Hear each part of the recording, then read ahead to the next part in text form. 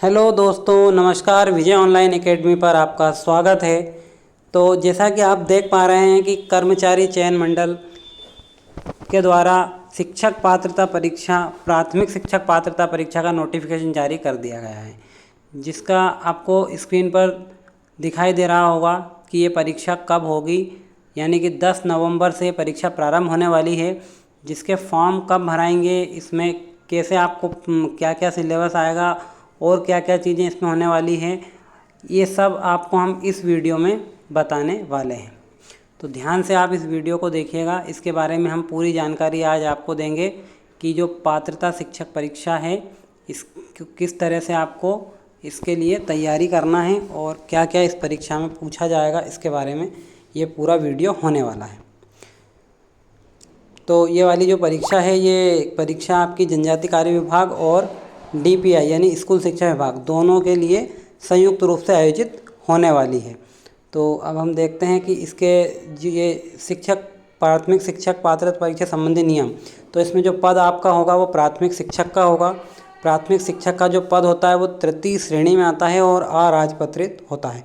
अब इसके लिए आपको क्या क्वालिफ़िकेशन चाहिए, तो आपको 12वीं पास होना चाहिए। अगर हम मोटी मोटी बात करें तो 12वीं पास होना चाहिए आप, और आपके पास 2 वर्ष का प्राथमिक शिक्षक का डिप्लोमा होना चाहिए। प्राथमिक शिक्षक का डिप्लोमा इसे DLED बोलते हैं आम भाषा में, वो DLED का डिप्लोमा होना चाहिए। और आप इसमें पढ़ सकते हैं सब कुछ। आप PEB की वेबसाइट से इसको डाउनलोड करके पूरा पढ़ भी सकते हैं। इसके अलावा अभी किस प्रकार से आरक्षण की व्यवस्था है उसके बारे में नीचे दिया गया है कि अनुसूचित जाति, जनजाति और पिछड़ा वर्ग तथा दिव्यांग, आर्थिक रूप से कमज़ोर को 50% नंबर होने चाहिए और अन्य के लिए 60% नंबर होने चाहिए। इसमें साफ इस शब्दों में कहा गया है कि 11/8/2023 के माननीय सर्वोच्च न्यायालय के आदेश के अनुसार जो BEd धारी हैं वो इसके लिए पात्र नहीं होंगे।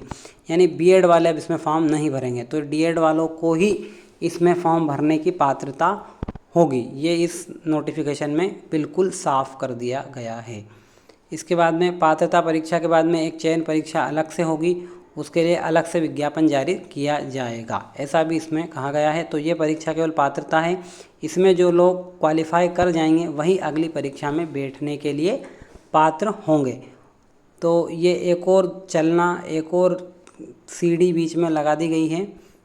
इसके बाद में प्राथमिक शिक्षकों को कितना वेतन मिलेगा, तो न्यूनतम वेतन है 25,300 रुपये प्लस महंगाई भत्ता, ये यहाँ पर दिया हुआ है। 12 दिसंबर 2019 के अनुसार परिवीक्षा अवधि के नियम रहेंगे। जो नियम परिवीक्षा अवधि के होते हैं वे रहेंगे।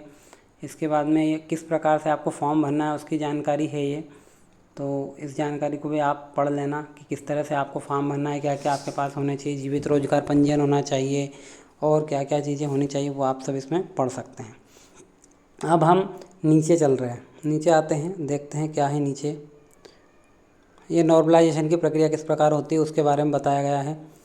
उसके बाद में हम जैसे ही नीचे आते हैं इसमें, तो परीक्षा के परिणाम किस प्रकार से प्रकाशित होंगे उसके बारे में यहाँ पे जानकारी दी गई है। इसके बाद में और नीचे आएंगे हम, ये किस प्रकार से फॉर्म भरना है, कैसे पेमेंट करना है उसके बारे में इसमें बताया गया है।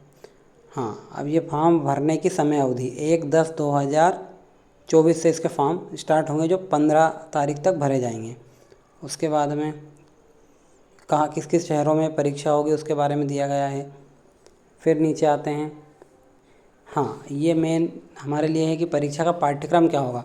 तो बाल विकास के 30 प्रश्न, हिंदी भाषा के 30 प्रश्न और दूसरी भाषा में आप संस्कृत, उर्दू या अंग्रेजी जो भी लेते हैं उसके 30 प्रश्न, गणित, पर्यावरण और बाल विकास के 30 प्रश्न आपसे इस परीक्षा में पूछे जाएंगे। प्रत्येक प्रश्न का 1 अंक होगा और कोई भी ऋणात्मक मूल्यांकन नहीं होगा, यानी कोई भी नेगेटिव मार्किंग इस पर नहीं होगी। 2.5 घंटे का आपको इसमें समय मिलेगा। 2.5 घंटे में आपको ये पेपर सॉल्व करना है। 150 क्वेश्चन इसमें आएंगे। और फिर इसके बाद में आप भाषा 2 में अलग अलग भाषाएं चुन सकते हैं, इसके बारे में भी ये बताया गया है।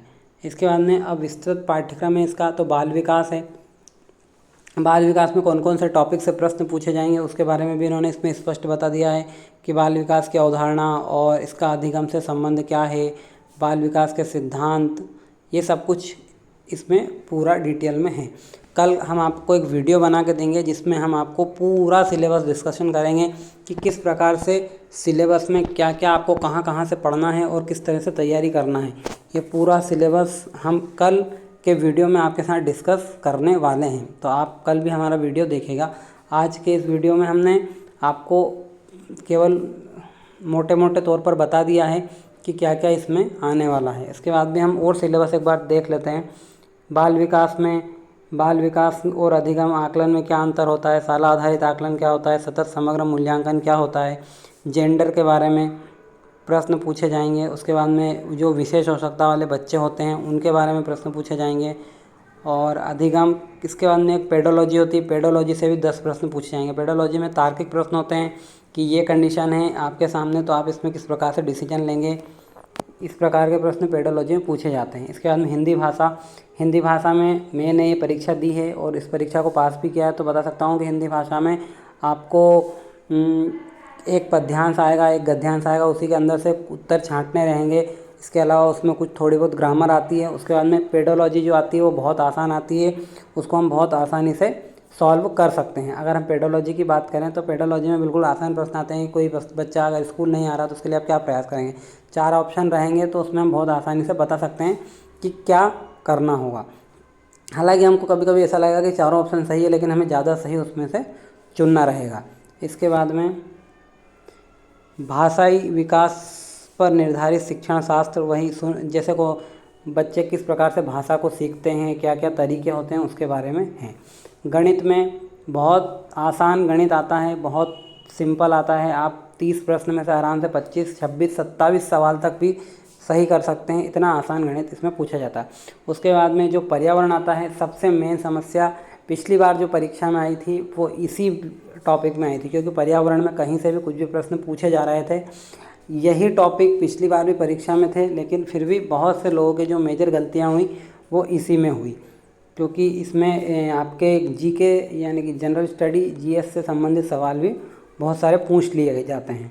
इसके बाद में इन्होंने दिया ज़रूर है आवास से, खेल कार्य से, हमारा भोजन, हमारा परिवार, हमारे मित्र, इन सब से प्रश्न आएंगे और इन सब से प्रश्न आते भी हैं, लेकिन कुछ कुछ प्रश्न आपको जीएस के भी इसमें देखने को मिल सकते हैं। तो इसके बाद आगे अगर हम बात करें तो प्राकृतिक वस्तुएं, उपज, मिट्टी, पानी, बीज, फसल, जैविक रसायन, खाद, मानव निर्मित साधन क्या क्या हो सकते हैं। अंतरिक्ष विज्ञान से बहुत कठिन सवाल पिछली बार पूछे थे। उसके बाद में पर्यावरण के पेडोलॉजिकल मुद्दे हैं, तो उससे भी प्रश्न आएंगे। तो ये पूरा वीडियो था जिसमें हमने ये बात की कि प्राथमिक शिक्षक पात्रता परीक्षा का नोटिफिकेशन मध्य प्रदेश में आ चुका है और इसे आप ESB की वेबसाइट से जाकर या व्यापम की वेबसाइट से जाकर डाउनलोड कर सकते हैं। और अगर आप भी DLED करे हुए हैं या DLED आप कर रहे हैं तो आपके लिए बहुत अच्छा मौका है एक सरकारी नौकरी पाने का, आप इसकी तैयारी कर सकते हैं। और इसके बाद में अगर ये नोटिफिकेशन आया है कि पात्रता परीक्षा हो रही है तो फिर सीधी बात है कि इसका वो चयन परीक्षा भी लेंगे, तो आपके पास एक अच्छा मौका है तैयारी करने के लिए। आप अच्छे से इसकी तैयारी कर सकते हैं और हम इस YouTube चैनल पर भी हमसे जो हमारी क्षमता है उसके अनुसार आपको वीडियो प्रोवाइड कराएंगे ताकि आपकी हेल्प हो सके। तो आपसे निवेदन है कि इस वीडियो को आप हर उस विद्यार्थी तक पहुंचाइएगा जो पात्रता परीक्षा की तैयारी कर रहा है या पात्रता परीक्षा पास करने के लिए पढ़ाई करेगा। तो इस वीडियो में इतना ही। अगले वीडियो में हम सिलेबस डिस्कशन के साथ आपसे मिलेंगे। तब तक के लिए बहुत बहुत धन्यवाद। जय हिंद, जय भारत।